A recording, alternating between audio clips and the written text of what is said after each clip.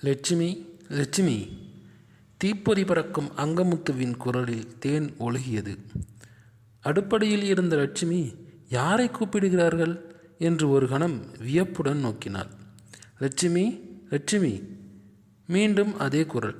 தன்னைத்தான் கூப்பிடுகிறார்கள் என்பதை உணர்ந்த லட்சுமி, இதோ வருகிறேன் அத்தை என்று குரல் கொடுத்து கொண்டே வேகமாக கூடத்துக்கு வந்தாள். காப்பி கொண்டு வாமா என்றாள் அங்கமுத்து. சரி அத்தை என்று லட்சுமி பின்னே திரும்பினாள். அதற்குள் அங்கமுத்து, காப்பி வேண்டாம், காப்பி வேண்டாம், ஹார்லிக்ஸ் கொண்டு வா என்றாள். சரி அத்தை என்று லட்சுமி மீண்டும் நடந்தாள். நில் நில் என்று கூவிய அங்கமுத்து, தோட்டக்காரனிடம் சொல்லி இளநீர் வெட்டி கொண்டு வரச் சொல். சரி அத்தை என்ற லட்சுமி மீண்டும் ஏதாவது திருத்தம் இருக்குமோ என்று நின்றாள். நீங்கள் என்ன சாப்பிடுகிறீர்கள் என்று வைரவனிடம் அங்கமுத்து கேட்டாள். மோர் போதும் என்றார் அவர். மோரா? அங்கமுத்து ஆச்சரியத்துடன் அவரை நோக்கினாள். நீங்கள் எவ்வளவு பெரிய மனிதர்! பெரிய மனிதர் என்றால் பீர்தான் சாப்பிட வேண்டுமா என்ன என்று வைரவர் சிரித்தார். மோரும் கூழும் ஏழைகளுக்கு மட்டும் சொந்தமல்ல, எல்லோரும் சாப்பிடலாம். நான் சொல்லுவது சரிதானே? ஆமாம் ஆமாம், அங்கமுத்து பலமாக தலையை ஆட்டி ஒத்துக்கொண்டாள். அதை பார்க்க லட்சுமிக்கு வியப்பாக இருந்தது. மோரை கொண்டு வா என்று அவளிடம் அங்கமுத்து சொன்னாள். லட்சுமி உள்ளே சென்று கண்ணாடி டம்ளரில் மோர் கொண்டு வந்தாள். அதை வாங்கி வைரவனிடம் கொடுத்த பொழுதுதான் அங்கமுத்து, இவள்தான் என் மூத்த மருமகள் என்று வெகு பகுவானமாக லட்சுமியை அவருக்கு அறிமுகம் செய்து வைத்தாள். மகாலட்சுமி மாதிரி இருக்கிறாள் என்று வைரவர் கைகூப்பினார். லட்சுமி மரியாதை கடந்த நாணத்தோடு வணக்கம் தெரிவித்தாள். அவரை யார் என்று அங்கமுத்து அறிமுகப்படுத்தாததால் தானே அறிமுகம் செய்து கொண்டார். என் பெயர் வைரவன். என் மகளை உங்கள் வீட்டுக்கு இரண்டாவது மருமகளாக அனுப்பி வைப்பது பற்றி பேச வந்திருக்கின்றேன். மிக்க மகிழ்ச்சி என்று லட்சுமி முகம் மலர்ந்தாள். அவர் பெரிய வைர வியாபாரி. அவரே அவர் மகளை நம் மன்னனுக்கு கொடுக்க நம் வீடு தேடி வந்திருக்கின்றார் என்று அங்கமுத்து பெருமையாகச் சொன்னாள். அவள் வாயெல்லாம் பல். மாமியாரிடம் இத்தனை குழைவு வளைவு எல்லாம் ஏன் என்பது இப்பொழுது லட்சுமிக்கு புரிந்து போனது.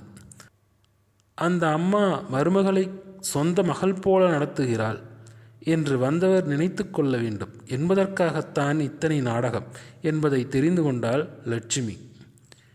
எப்பொழுது பெண் பார்க்க வருகிறீர்கள்? மோரை குடித்துவிட்டு வைரவன் கேட்டார். உங்கள் பெண்ணை பார்க்க வேண்டுமா என்ன? அங்கமுத்து புன்னகைத்தாள்.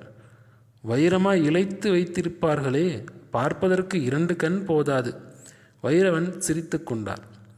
மிகவும் மகிழ்ச்சி, நான் புறப்படுகிறேன். மற்றதெல்லாம் ஒரு நல்ல நாளாக பார்த்து பேசி முடித்து கொள்ளலாம் என்று கூறிக்கொண்டே அவர் எழுந்தார்.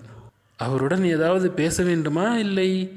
அங்கமுத்துவை நோக்கி கேலியுடன் கேட்டார் வைரவன். நீங்கள் ஏன் வீணாக அலைகிறீர்கள்?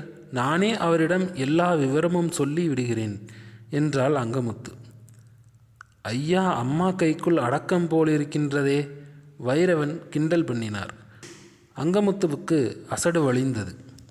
லட்சுமி சிரித்துக்கொண்டே தலையை குனிந்து கொண்டாள். வைரவன் போகிற போக்கில் அங்கமுத்துவின் இடுப்பில் தொங்கிய சாவிக்கொத்தை கவனித்தார். அதை பார்த்துவிட்ட அங்கமுத்து, சாவிக்கொத்து உங்கள் மகள் வந்ததும் அவள் கையில் கொடுத்து விடுவேன் என்று பல்லை காட்டினாள். அது சாவிக்கொத்தா அல்லது உங்கள் வீட்டுக்காரர் குடிமையா என்று பார்த்தேன், வேறொன்றுமில்லை. வைரவன் சிரித்துக்கொண்டே சென்று விட்டார். லட்சுமிக்கு சிரிப்பை அடக்க முடியவில்லை. குபீரென்று சிரித்து விட்டாள். என்னடி சிரிப்பு? அங்கமுத்து புலியானாள். ஒன்றுமில்லை அத்தை. லட்சுமி ஆட்டுக்குட்டி போல அடக்கமாக வாயை பொத்திக் கொண்டார். அவர் பெரிய வைர வியாபாரி. அவளுக்கு வைரமாக பூட்டப் போகிறார். பொன்னும் பொருளுமாக லட்சுமியே என் வீட்டுக்கு வரப்போகிறாள். அங்கமுத்து பூரித்து போய் சொன்னாள்.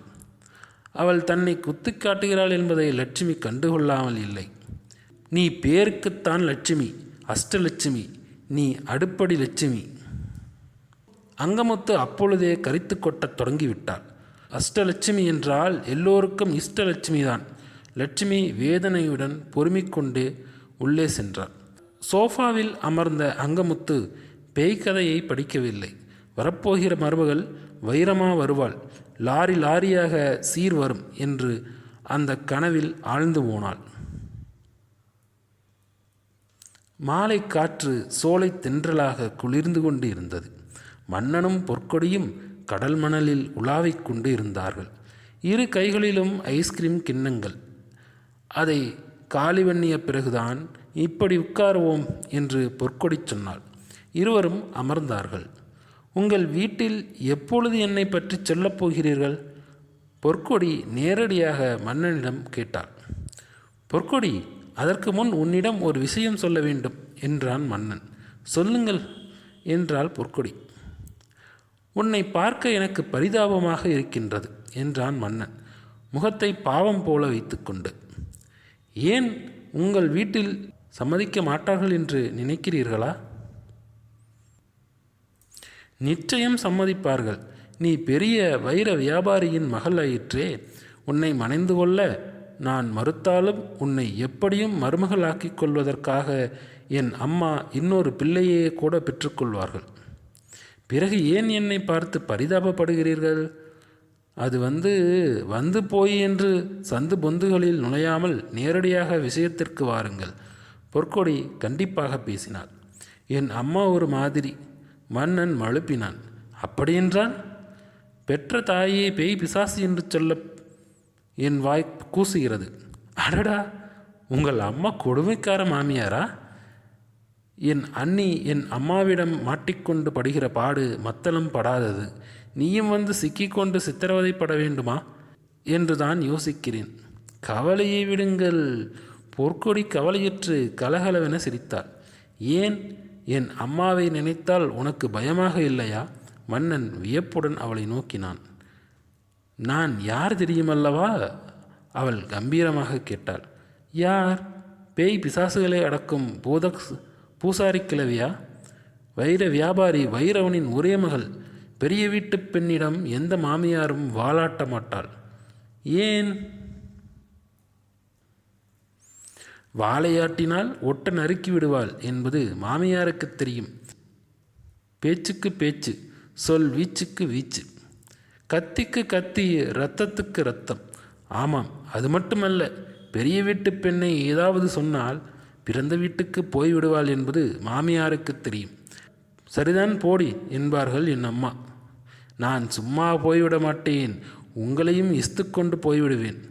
இஸ்துக்கொண்டு? ஆமாம், எங்கள் அம்மாவுக்கு சரியான வஸ்தாத் மருமகள் வர வேண்டும் என்று நினைத்தேன். அது நீதான். இன்னைக்கே அம்மாவிடம் பேசிவிடுகிறேன். மன்னன் உற்சாகமாக உரைத்தான். நீங்கள் ஒன்றும் பேச வேண்டாம். இன்று காலையில் என் அப்பாவே உங்கள் அம்மாவை பார்த்து எல்லாம் பேசி முடித்து விட்டார். பொற்கொடி அலட்சியமாக பதில் சொன்னாள். உண்மையாகவா? நீர் யானை போல அவன் வாயை பிளந்தான். ஆமாம். அவன் வாயை மூடினாள். என் அம்மா என்ன சொன்னார்களாம்? பெண் கூட பார்க்க வேண்டியதில்லை என்று சொல்லிவிட்டார்களாம். தங்கக்கட்டியை சுமந்து கொண்டு வரும் கழுதைக்கு எந்த பட்டணத்து வாசலும் தானாக திறந்து கொள்ளுமாம். அப்படியானால் நான் கழுதையா? பொற்கொடி ஆவேசமாக அவனை மணலில் பிடித்து தள்ளி கையினால் அவன் மார்பில் குத்தினாள். அவள் கையை பிடித்து நிறுத்த மன்னன் முயற்சித்தான். அது முடியாமல் போகவே அவளையே தன் மார்பில் தள்ளி அப்படியே கட்டி அணைத்து கொண்டான். ஆர்ப்பரித்து கொண்டிருந்த அலைகடல் ஒரு கணம் ஓவியம் போல அப்படியே நிலைத்து நின்றது.